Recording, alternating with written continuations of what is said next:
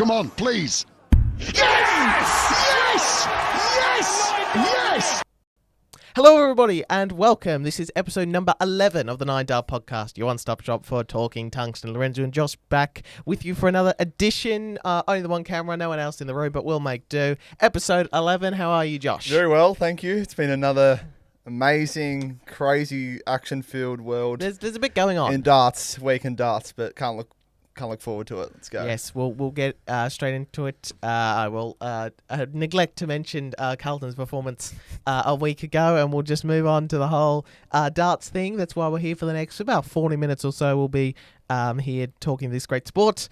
Another big week, a decent Premier League night in Nottingham, but some great stuff on the floor is sort of the big takeaway on the PDC side of things. And Modus Super Series ticking along as well, and some off-field things to debate and to perhaps some not so good things we'll get to later. But overall, there's a bit happening. It's probably maybe a little bit of a lull we're getting into now, but there's some things happening. Yeah, of course there's some good stuff happening, but yeah, you're right, little lull at the moment. But no, there's still plenty of stuff going on. But tournament-wise, I thought it was pretty good, good standards, good quality, and I think all players did pretty well, to be honest.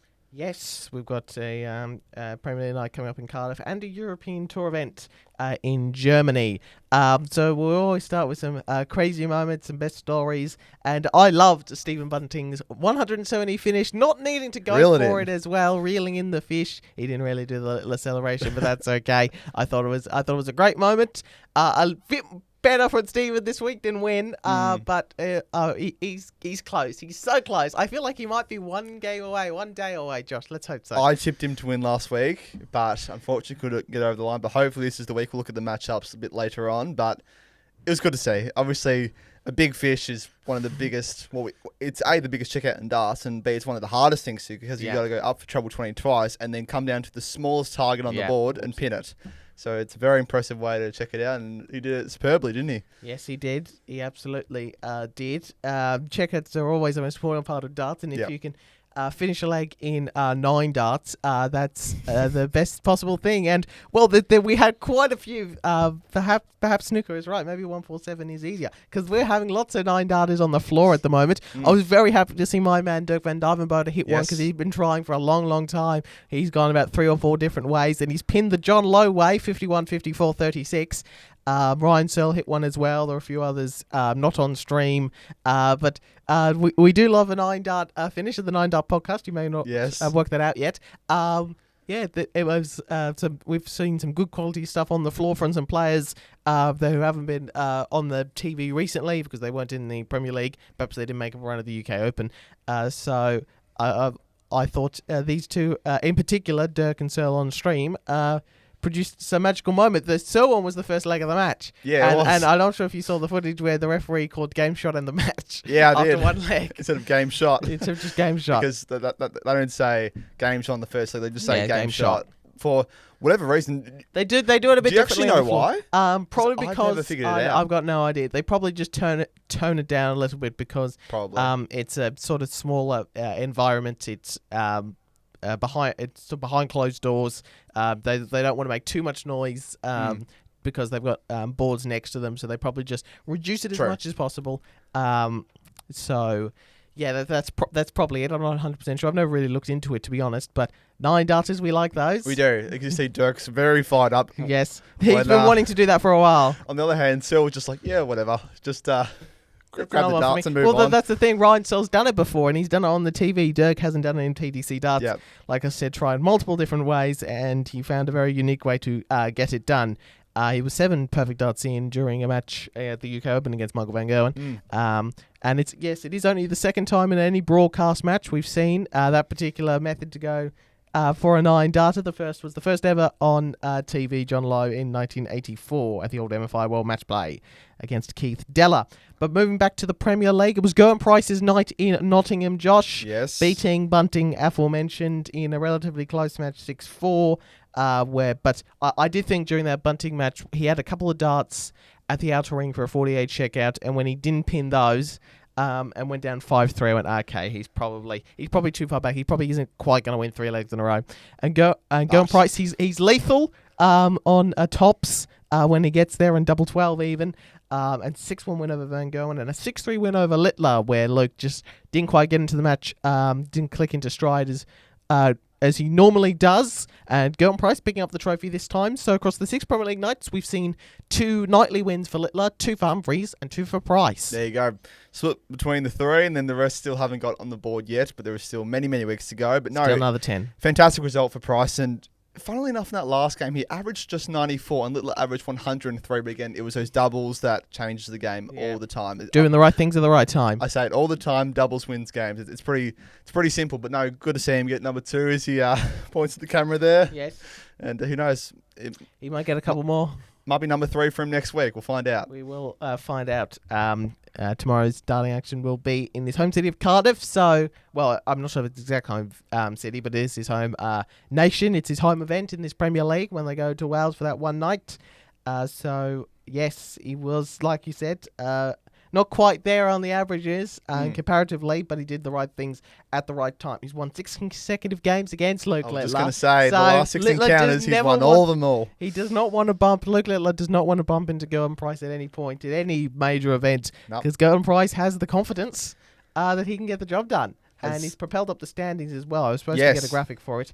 So he will. So not surprisingly, those 3 aforementioned are the top 3. Littler is just gone ahead of Humphreys now on 16 points. Humphreys 15, Price 12. Van Gogh is sitting on 10. So they're the top 4 at the moment. In large part because he's just picking up some wins semi-regularly. Michael Van Gogh has got 5 of them. Aspinall and Cross are together on 8. Aspinall has the advantage there. He's kind of sitting 5th. Dobie has 3 points. Bunting, nil points. Speaking of the bottom end of the table, we know Bunting hasn't had wins, but I mentioned a couple weeks ago that I was concerned about Chris Dobie might be slipping away a bit, and he is. He's 7 points off the cutoff, has not won a game since making the final on night 1, where he lost to Humphreys and hasn't won since. So this Premier League, they can you can be cut away pretty quickly. If we just look at your averages, he's only averaging 3rd worst. Bizarrely, Gerwyn Price, you can see how up and down his form has been. And we've talked about that recently. He's got the 2nd worst average, and Aspinall is actually the worst one. And Bunting is actually on average 4th overall when you just count tournament average, 98.78. Mind you, Littler is a long way ahead at 103.87. Oh, God. Of course. Of course he is. When you actually go to the Wikipedia and sort of by average, you have it goes in the top 4, not in the top 4, not in the top 4, not in the top 4, and not in the top 4. So that's it's a nice rainbow-like effect. But Chris Dobie for mine, probably not quite as far out of it as Stephen Bunting. But it feels like now this a race of 8 has become a race of 6, and trying to get to the final 4. It has at the moment in the Premier League because Dobie's too.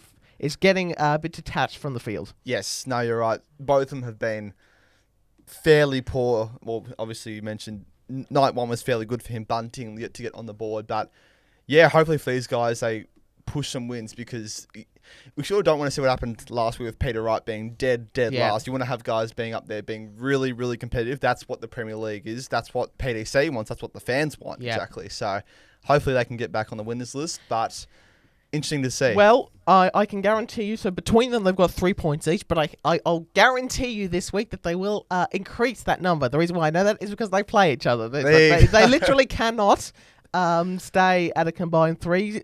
Someone is going to pick up a victory in Cardiff. It's going to be the first game of the night, an important one at that. We move away from the PDC for a moment. We got some news a couple of days ago. Prakash Jiwa of India has been, after a long investigation by the Darts Regulation Authority, the game's governing body, has been found guilty on fixing 4 matches at the Modus Super Series in 2023 against Owen. One was against Owen Bates, one was against Adam Hunt, where he lost 4-0, and the other 2 were losses 4-1 to Peter Hudson and Willie Borland. He has been banned for 8 months, and given he's a little bit on the older side, sorry, not 8 months, 8 years, and by the time, there's a little difference, and by the time he gets unbanned, I think he's got to pay a fine as well. Yes. November 6, 2031, and a fine of £17,741.46. And I'm pretty sure if he just doesn't pay the fine, he's not even eligible to come back. So he has to pay the fine and serve his time. And this could be probably the end of this of a career of a man who got to play on the Alexandra Potentially, Palace stage as exactly. an Indian qualifier. Yep. So 8 years. So it's going to be a while. November 6th, 2031. It's a long time out of the game. It's a long way away. Are you going to go for a different sport? Are you going to keep playing for 8 years and hopefully get yourself back on stage? Who knows? But the Gambling Commission Sporting Betting Intelligence Unit really went into that in depth. But unfortunately, as I said to you off air, it hasn't been the first time that this has happened in the Modus Super Series. No, it's happened quite a before, few. Yep. and some obvious circumstances as well. I think I remember one. Someone was going for double two and it was like way off the board. I'm like, this is interesting because, you know, you've got amateur players playing, but you don't see that far going down the board, which was, I'm like, okay.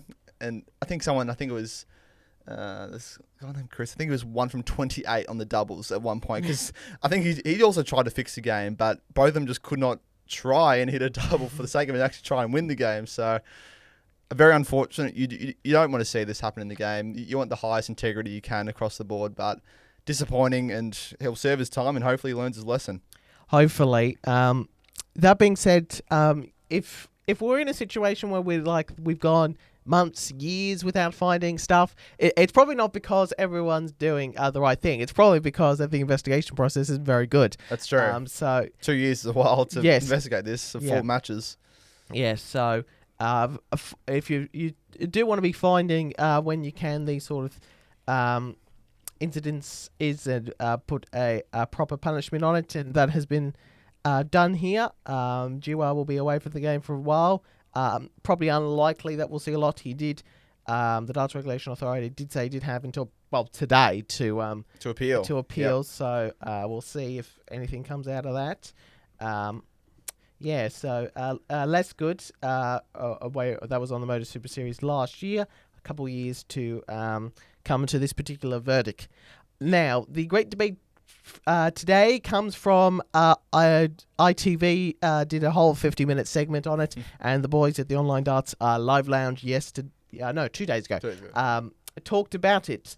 Who is the person, or we can sort of divide this into a couple of different categories. We have the player, and we can have the person, so it's players plus administrators, referees, commentators, who've had the biggest influence on darts, or biggest impact on darts. It's got nothing to do with how good they were as a player, got nothing to do with anything.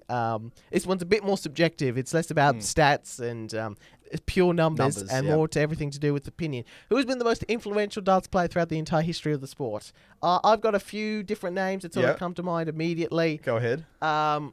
Well, the toss. Well, if you want to go, who is number one overall? The two obvious ones that sort of toss up are between Littler on the right. That's Chris Mason, who was one of the people talking about this on the ITV segment. So it's probably a toss of the coin between, and you can make arguments either side for Littler for the way he has changed the demographic in the last 18 months. Absolutely. To Eric Bristow being the first superstar back in the late 70s, early 80s. I'm probably leaning more towards Bristow just because. If he didn't come along, we'd have none of this. Exactly. We wouldn't have a PDC, we wouldn't have a Premier League, we wouldn't have the Ali Pali. All these different avenues of competition. Yeah, so I'm leaning slightly towards Eric Bristow, but Luke Littler's already, and mind you, we've got an entire lifetime of Eric Bristow to look at. We've got about 2 years of Littler. That's true. So he still has plenty more time to break into the culture even more.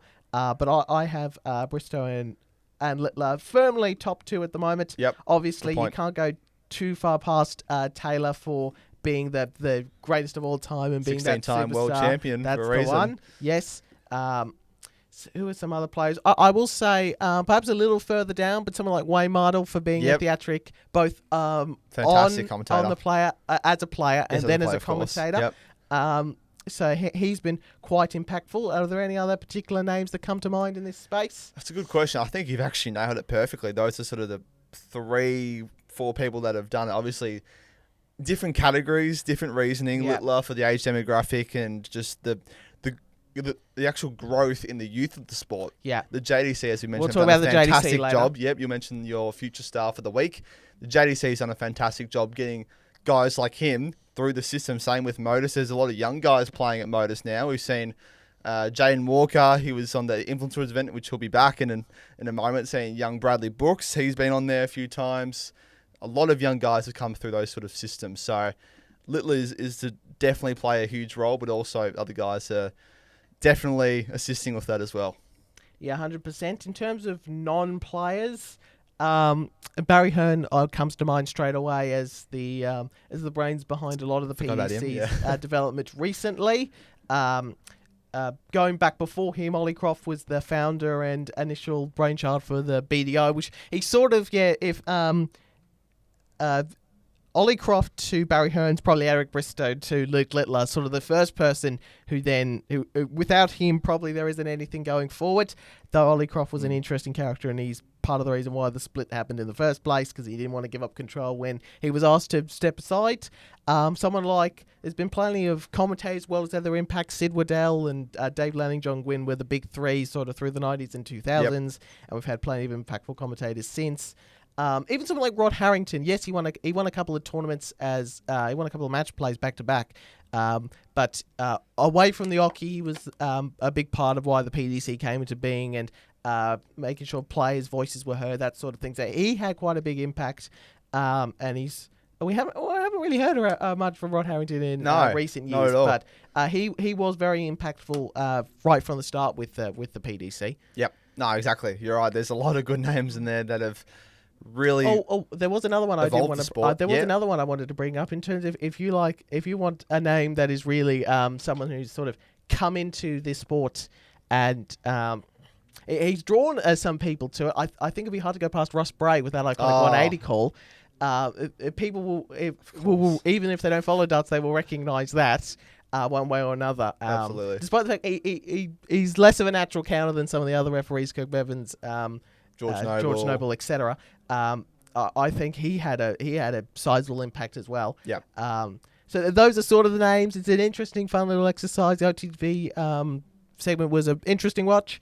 There's no definitive answer. No. But I think there's no doubt that those sort of people we've mentioned, Bristow, Littler, Taylor, Mardle, Waddell, Hearn, Croft, you all really clump them into that sort of bracket in terms of the most influential people on the sport. Not necessarily because they were the greatest at what they did necessarily, even though all of them pretty much were, but the impact they've had bringing people into watching the sports, being a champion at the sport overall, or what they particularly did, whether it was commentary or playing or behind the scenes administrating. They've all had a big impact. Exactly. It's not just about the players. Obviously, they're one to bring in the crowds and all that, but you got to take into account the refs, the commentators, guys who have come through that system early, such as Eric Bristow, as you mentioned. But it's a very good category of people, which is fantastic.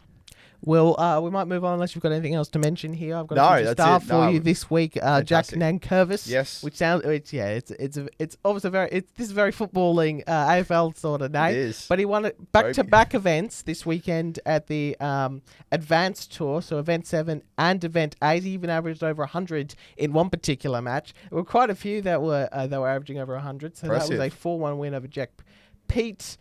He's third currently on the Advanced Tour rankings behind Ryan Brandley and Lex Perhauser, who is the reigning JDC champion of the world, and he's just ahead of that Mongolian and Archie Self. So Jaden Walker's down at 11th, Jack Johnson is 14th. So it's a very good quality little tour here that is developing. I'm not sure, Alfie Cook is here twice, but... that was a very impressive thing that happened over the weekend. I was trying to find some stuff. There wasn't really anything on Dark Connect, so I had to scramble their way through to find a couple of stuff. Archie Self had a couple of 10-plus averages on that weekend as well. Very impressive. But Jack won those couple of events. Event 7 and 8 on the JDC Advanced Tour, and it's 3 in the rankings, and so is this week's future star. Now, we'll move on to the floor, and there's plenty of going on the floor. We mentioned all the 9 darters, but Gary Anderson and Martin Schindler will win as a Players' Championship Event 7 and 8. Good to see Gary winning. We like it when Gary wins. Fantastic. The Scotsman's back and running, isn't he? Good to see. Good to see. So, he had a great run, for sure. Played some very good caliber players in the process versus Connor Scott in the first round, 6-2 victory there, pretty easy, along with Andy Bolton in the second round, 6-1 there. Third round versus Martin Van Velzen, 6-2 win. Fourth round, Tavis Dudini. I've heard his name before. Yeah. Good for him to get into the last 16. 6-2 win there. Quarterfinal, 6-5 win over Krzysztof Ratajski, or have Ratajski. So I'm pretty sure there's a famous clip from the UK Open where Ratajski, where John McDonnell screws up that name. He calls him Butchered. Ratajski or something. I can't remember. It's a hard name to pronounce, actually. It's slightly harder, yeah. Good credit. Semi-finals, Mark de Decker, 7-3 victory for Anderson there, and then beat Adam Baby Boy Lipscomb. This was very impressive. Impressive run for him. I think he barely squeezed into sort of the second stage of Q School, and he was a bit of a surprise to get his just got his tour card. Yep. But yeah, he had a very good day himself. And got all the way to the final. Went down to Gary Anderson in the end, who picked up his 30th ranking title. Yes. Well, did you have? Yeah, here we go. I wanted to get to this. So Gary Anderson spoke after that particular match, as they usually do an interview afterwards. It's been a tough little while. He doesn't quite tour as much, so to speak. He doesn't quite get on planes, go to European tour events, or travel as much as he used to. He's basically said straight up that he wouldn't play in the Premier League if he was invited to do so. And he's one of these players that on the floor, he's been pretty deadly in the last couple of years. Absolutely. No, he's been good on the floor. Absolutely. Had an interview there and mentioned that he's been struggling with his recent form, which has been true, but good to see him play on the floor, then pick up a Players' Championship victory. And, he's been saying it's been hard for him, which it has, but good to see him get a win and been very impressive in that run to the end, got to say. Very good. I saw after that first day, Dirk van Duijvenbode went on a run, and I thought, he might be one for day two, but he wasn't to be. It was Martin Schindler, who had a... Hang on, you've moved them around. Good, thank you. A little bit. That's all right. Martin Schindler, who had an interesting draw. He did not take on a top 32 player. Now, to be fair, much of the Premier League guys were not there because they're preparing for this weekend in Cardiff and a Euro tour in Germany to follow. So there was significantly less top 32 players than there normally are, but he didn't have to really face who was the highest seed there is Kevin Dutz, who's a quality player. He's probably better than number 41, to be honest. Yeah, I agree. I agree. That was his run to the final. Jeffrey de Graaf having a good day, but this is a slightly softer run, if you will, for the Wall, who's now picked up a Pro Tour title this year. Yes, indeed. It's quite strange to see a draw like that. There's times where you might have 2 or 3 sort of lower tour card guys early on, but then you have a really good sort of PDC star on that top sort of 32, 16. But it's a fascinating draw. I just sort of picked it up. I'm like, interesting, as via the red bit there on Instagram, so appreciate that. But as you said, mentioned facing top 32 player must be pretty rare, and I think it is. So very interesting draw, but well done for him for getting the win. You can only beat what's in front of you. That's right. And he did that. Well, if you look at the actual results, first opponent, George Killington with a 6-3 victory. Danny Lalby in the second round, 6-2 win there. But this is where it gets really interesting. He had 3 games that were 6-4 or 6-5. So it just shows that even the lower ranked tour card guys they were can battling have with the winner of the day. A very good battle. So Robbie Grundy, 6-4 victory for Schindler. That was a good contest. Sulovic. I'm going to say. Sulovic. 6-5 win for Schindler there. And then it's not even 10 o'clock. He's a bit tight. Oh, no. Come on now. Kevin Dote, 6-5 victory. That was a fantastic game, I got to say. That was very, very close, back and forth.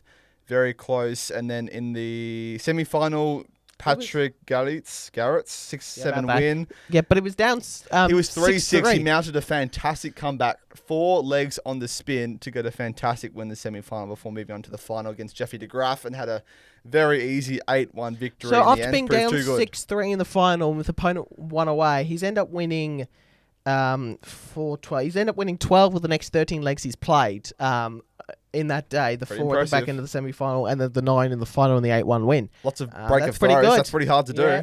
Pretty hard to do. So, very good effort for him. Good to see. Yes. So, we also should mention 13 different winners in the last 13 Players' Championship events. Humphreys, MVG, Plazier, Menzies, Rock. Northern Ireland doesn't have an emoji flag. Cross, Price, Dobie, Searle, Cullen, Van Veen, Anderson, and Schindler. There is plenty of good quality in the world of darts at the moment, and anyone can beat anyone on a certain day when they all turn up, and this very much shows. We've got some world champions in there, and some players who are really coming through and we're expecting good things of, and maybe players who were who have been waiting for a while to show their absolute best. So we've got a good assortment of players there. Exactly. From all across Europe.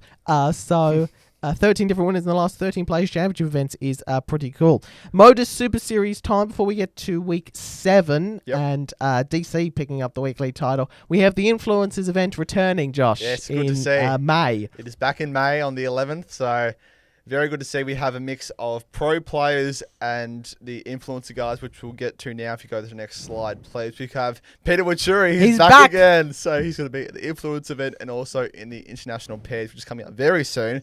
So he'll be one of the pro players along with Robert Thornton and John Henderson, the I've got Highlander. a couple of Scots and a Kenyan for the influencer event. Yes, that's something. Interesting. So good to see those guys. And then if we go to the influencers, we've got young gun Jaden Walker. He'll be in attendance along with Jack Mate, and I think that's about it. Yeah, I think there'll be some more releases. There'll be some more coming soon. Good to see that they'll be involved because they were there last year. I think I'm not sure if Thornton was there last year, but good to see Peter Wachuri in there. He'll be a crowd favourite for the Thornton is fans. usually at those influencer sort of events. Sorry, Thornton is usually at those events. I think so, but he's a regular in the Super Series.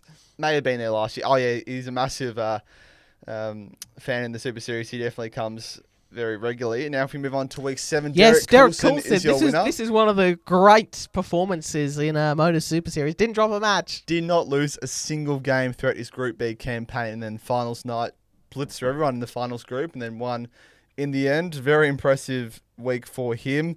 I watched his press conference or his interview afterwards, and he was very happy with how he went, and should be so. Had a good average among the week, and he was very, very impressive, I've got to say. Absolutely. Week 8 lineup. We didn't put this on the rundown sheet here, so I was slightly worried. Have you put it together? Yes, you have. Week 8 at the moment. Some familiar names for those long-time followers of the sport. Graham Usher, Devon Peterson, Robbie Long, Paul Hogan, Jimmy Kewen. Yes, and Andres Harrison, who recently won the Double Trouble. Yep. Week. And you have not put. Have you got the relay standings there? I couldn't find it anyway. Okay. It must be on It's F, which I don't have. Yeah, let me see if I can find it. But one thing I do know is that Devon Peterson was playing very well whilst you find that up. Good to see, guys. Steve DeBuck, I think I'm actually going to have a new one. I can only access it through this one. So hello, everybody, and welcome back to the 9 Dart podcast. This is a slightly different one, but we're about 7 hours late. The part you've already seen was recorded 7 hours ago. But as we were talking about the Modus Super Series, and as I was getting this graphic up, which Josh didn't even put in, the camera that is the only one in the room working, and there's no one else in this room, so no one was to know, packed up. It lost all power. It had absolutely nothing to do with the fact that I forgot to put it on charge. Anyway, we're back here, and we could have done various different things, but we're just going to record the last 10 to 15 minutes of this podcast at 5 o'clock, and we'll do it quickly because Josh has got to go and see Carlton play at the MCG and probably lose. Hopefully win. Josh, yes. Week 8 Modus Super Series Group A standings, yes. Graham Usher and Devon Peterson, clearly the standouts. 12 wins for Usher, 11 for Peterson. They're the clear standouts in the group. Yes, absolutely. Yeah, they've been in fantastic form all week. The thing is with Group A, you've got 3 days, right? You've got 15 games to make an impact. Obviously, if you're first, as Graham is, you go into finals night. But it's important to have good form going into the later part of the week. So it's good to see Graham and Devon doing that pretty close in the middle, 3 and 4. Chris and Robbie on 18 and 16 points respectively. And then Steve and Romeo 6 and 4 points, getting 3 and 2 wins on the board. So not the best start in their campaigns. No. But hopefully throughout the week they will do better in their Group B and C campaigns. Absolutely. I did want to mention something we didn't mention in the podcast we recorded 7 hours ago, and that's the fact that the Challenge Tour was over. It was held a few events over the weekend, 5 of them, in fact. And Darius Labanowskis has jumped up, and he's now number 1 on the order of merit, overtaking Bo Greaves, who has a busy schedule at the moment, so wasn't there for the weekend. But Labanowskis is clearly the biggest winner from that Challenge Tour weekend. This is a recap from the Modus Super Series side of things of what we've seen. The weekly winners: Small, Walker, Spivey, McGurk, Robertson, Campbell and Coulson in Champions Week. That will be coming up in a month and a half. Now, this is always the exciting segment. This is my Premier League spreadsheet looking at the matchups, and remarkably, Josh, 2 have not even occurred yet. Duijvenbode, which isn't a surprise given Bunting hasn't won a match, so has only played one player a night. But the other surprising one for me is Price Cross. We haven't seen that yet. And also considering Price has won 2 nights, you would think you would have Cross at least maybe won a couple there, but no, that hasn't happened as yet. Yes, clearly we're seeing quite a few, particularly threes in Humphries and Littler's of Collins. threes, So yep. Humphries, Littler, Humphries MVG, Littler MVG are matchups we're seeing on the regular at the moment. Humphries Price as well as 3 matchups, but we're going to have every single square there filled for when we get to the upcoming Premier League. It's night 7 in Cardiff. I actually made this a little bit bigger, so hopefully it looks a little bit better on the TV. Night 7 of the 2025 Premier League darts. We're going to do our predictions as per usual. We're starting with Duijvenbode, who haven't played each other yet, as you just saw. Who wins this match and by what margin? And we'll do it for the other 3 quarterfinals. But first, Duijvenbode. Yes. Josh, how many legs does Bunting get this time? Is it 6? I think he wins it, mate. I backed him in last week. Unfortunately, he let me down, but the way he's been playing, I just feel like this is his week to strike. Yeah. I have a feeling he's been playing some decent darts. Yes, he hasn't registered a win yet, but when he's played well, he's played very, very well. So I think he gets the win over Dobie here. I'm going to go 6-4 in a close encounter for that one. Slightly more... well, I was thinking tossing up back and forth. I'll go slightly more for Dobie, as I think I mentioned on in the previous episode. I'm just going to say 6-5 Bunting until he gets a win. Last leg 6-5 Bunting over Dobie between the two at the bottom of the standings. Humphries Van Gerwen. What are we thinking between the one number 1 and the one number 3? That's such a 50-50, isn't it? Like, you could have them play 100 times and they'd probably be split. So yes. I'm going MVG. Okay. MVG for me, and I'll go. I think it'll be again close. We'll go 6-4 again. I think they're just too good to be. I'll go the same margin, but the opponent, I'll have Luke Humphries 6-4. With the way Van Gerwen's been playing, we could have a little bit of anything from Michael, so it wouldn't be a massive surprise if he went on and won the night tomorrow morning. That is when we're recording it. But I'll go Humphries 6-4. Littler Aspinall. You would think Littler would breeze home yes, pretty there's easily. the difference However, of about 9 points on average yes. in the league so far. However, you just never know in these Premier League nights, as you're right. Aspinall has been a bit low on the averages, and Littler's been flying above the 100 mark every single game, it seems to be. Pretty much. So I've got him 6-1. I just think he'll be too good on the night, really. I'll give Aspinall a couple more legs, 6-3 Littler. And lastly, the last possible matchup that we will see in this year's Premier League. It's taken us to the last quarterfinal of the last of those first 7 nights. Price Cross. This is one I reckon could go either way. Both have been playing some good stuff. Price has won a couple of Premier League nights. I reckon Rob Cross is due for winning a Premier League night at some point.